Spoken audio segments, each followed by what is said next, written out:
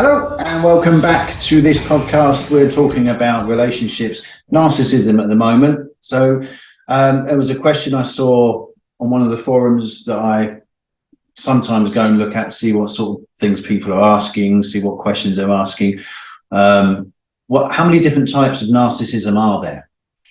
And I think people don't actually realize there's quite a few different kinds of narcissism. It's just, you can't just label someone a narcissist and say, oh, they're narcissistic. There's kind of different aspects to these different kind of personalities. Now, I just want to go straight into what kind of personalities these or personality traits this narcissist would have. So there's one of the first ones is overt narcissism, as they call it. Now, overt narcissism is someone that would be seemingly outgoing. They like to socialize, but you know that person in the room where everything they say seems like arrogance. It's like they're really trying to big themselves up. That's one of the overt narcissism. They overtly kind of big themselves up. They're kind of that overbearing kind of character that people try to avoid because they make them feel uncomfortable. It's that having that exaggerated self-image. I've done this, I've done that. I can do this, I can do that. This is what I'm so great. They love people to worship them.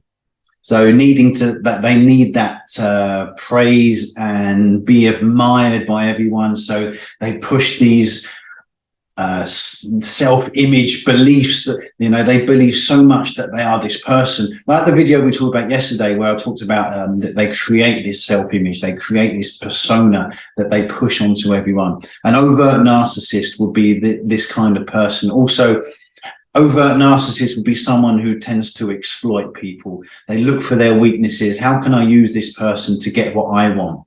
So they look for that weakness. They look for that usefulness that this person may have, and they go straight after that. Someone who obviously lacks empathy. Most narcissists lack empathy for others.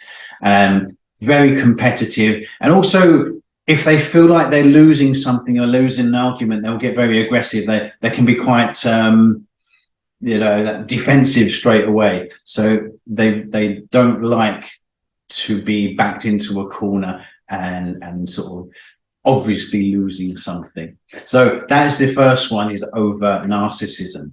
Now, the thing with narcissism is it's a huge spectrum.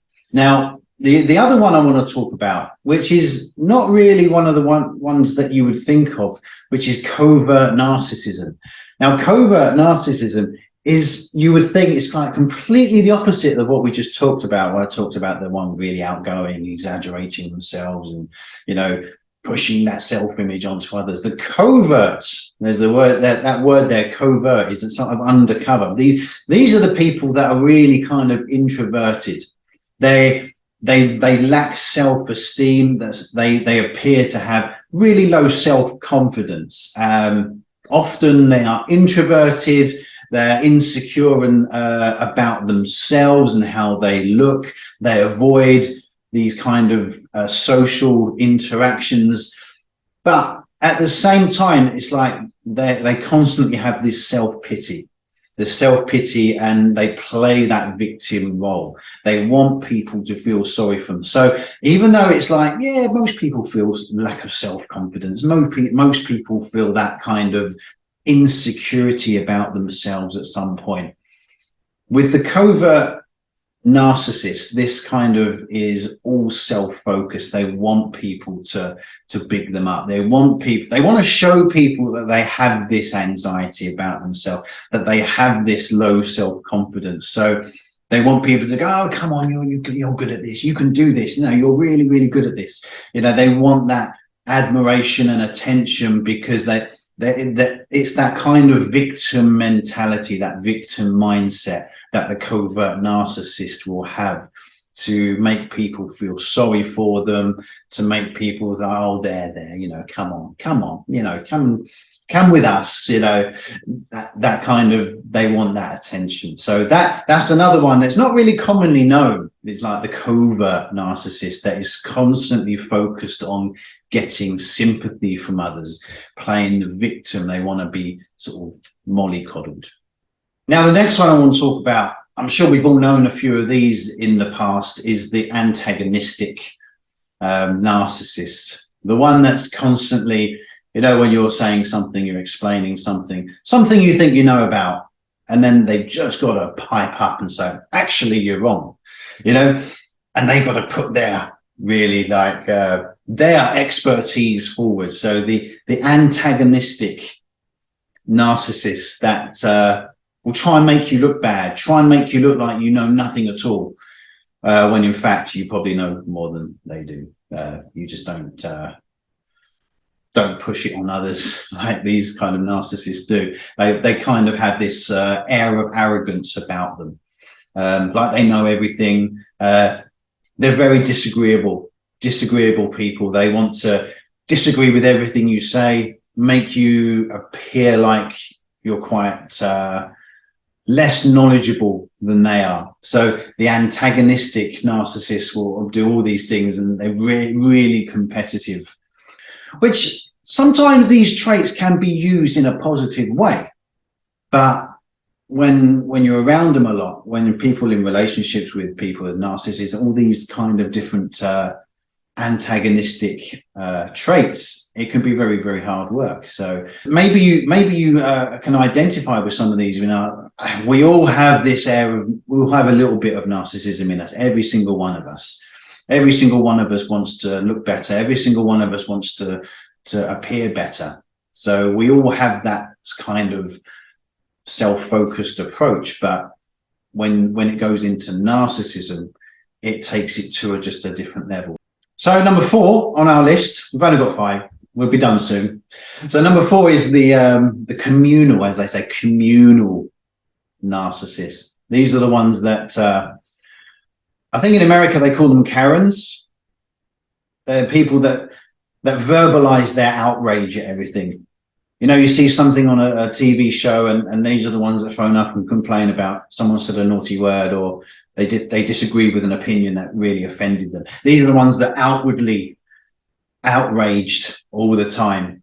These are describe themselves as very sensitive and empathetic, you know what I mean, and generous people.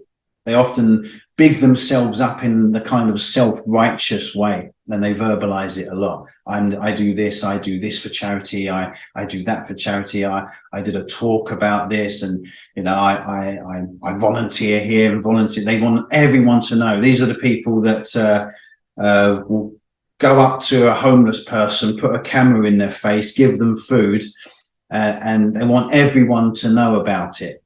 And the final one on our list is the malignant, what they say, malignant narcissism. Malignant means like really kind of likes to see others suffer. You know, the ones that put someone down, the ones that like to see someone losing, the ones that love to see someone failing, that the kind of aggressive people that they can't have a good time without being too competitive. You know, they can't have a laugh without showing a little bit too much aggression in what they do when interacting with other people, a little bit too much aggression when they're trying to explain their point. They like in your face, you know, the space invaders that get in your face and really try and make you feel like, yeah, they're right. And then you go, all right. These are the ones that you just kind of like stay away from. The enjoyment in the suffering and the failures of other people. But these people often are quite paranoid and worry about their competitors. They worry about everyone else being better than them, which is why they have this kind of vindictiveness, this kind of need to put other people down.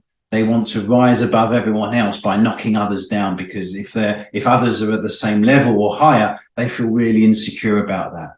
So they go around making people feel like they're not as good, making people feel like they're a failure, making people feel like they're better than them.